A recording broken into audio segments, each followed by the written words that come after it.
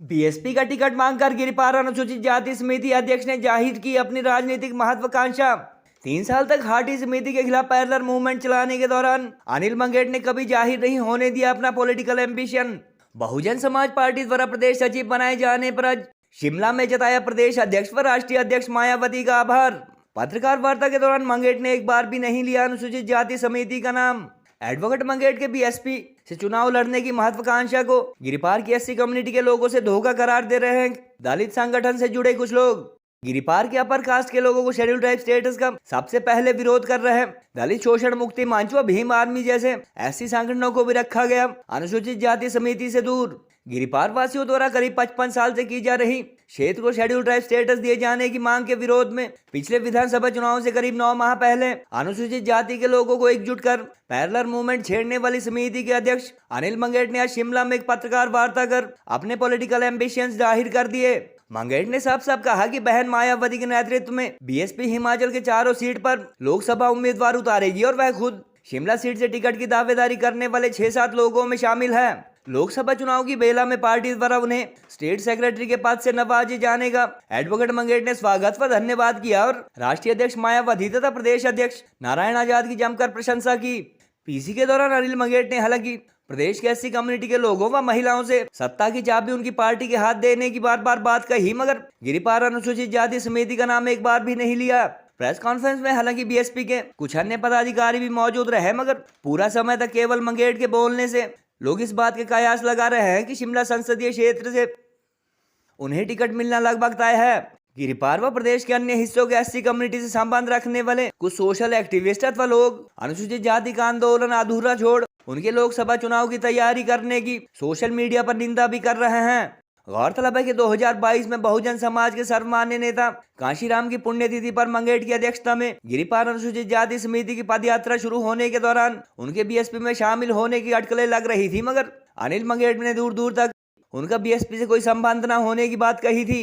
गौरतलब है कि भारत सरकार द्वारा लास्ट ईयर 4 अगस्त को हालांकि गिरिपार की खास राजपूत और भाट ब्राह्मण जैसी अपर कास्ट के लोगों को शेड्यूल ट्राइब स्टेटस दिया जा चुका है, मगर करीब 3 माह तक प्रदेश सरकार द्वारा अधिसूचना लागू न किए जाने के बाद अब कोर्ट के स्टे के चलते सर्टिफिकेट इशू नहीं हो रहे हैं। गिरिपार अनुसूचित जाति समिति से जुड़े कुछ लोगों के मुताबिक संगठन के कुछ लोग बेशक बीएसपी अथवा कांग्रेस बीजेपी जैसी पॉलिटिकल पार्टीज में शामिल हो जाए, मगर उनका मूवमेंट अभी भी जारी है। मैं आप सब लोगों के सामने आज बहुजन समाज पार्टी के रूप में जो मुझे माननीय प्रदेशाध्यक्ष नारायण आजाद जी ने प्रदेश सचिव के तौर पे जिम्मेदारी सौंपी है, मैं आप सब लोगों के माध्यम से ये विश्वास दिलाना चाहता हूँ कि जो भी जिम्मेदारी मुझे सौंपी है उस जिम्मेदारी का मैं निर्वहन पूरे आत्मविश्वास तन मन धन से करूँगा।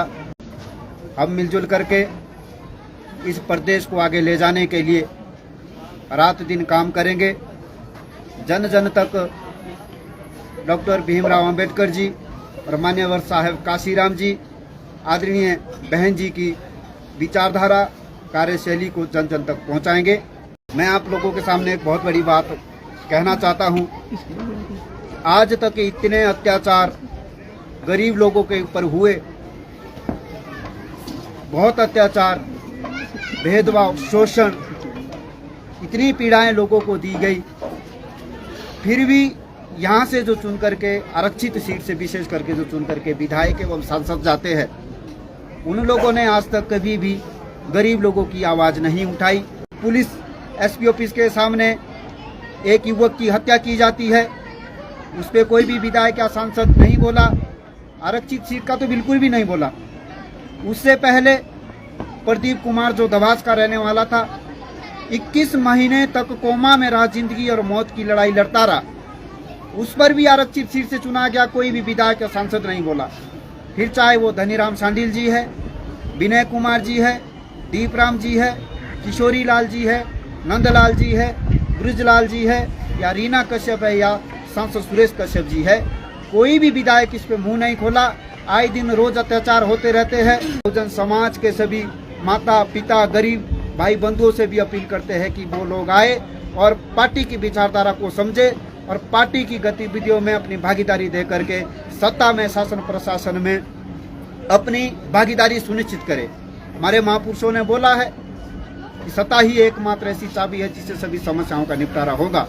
जनसंख्या के हिसाब से अनुसूचित जाति को यहाँ का 22% मिलना चाहिए था, ओबीसी को जो भारतीय संविधान में सुनिश्चित किया वो मिलना चाहिए था, चाहे वो 27 था चाहे 18 था। अनुसूचित जनजाति को भी मिलना चाहिए था और गरीब लोगों को भी मिलना चाहिए था जो ईडब्ल्यूएस में भी आते हैं। तो उन लोगों को जिस हिसाब से पद का वितरण होना चाहिए था वो रोजगार के नाम पे कोई वितरण नहीं हुआ।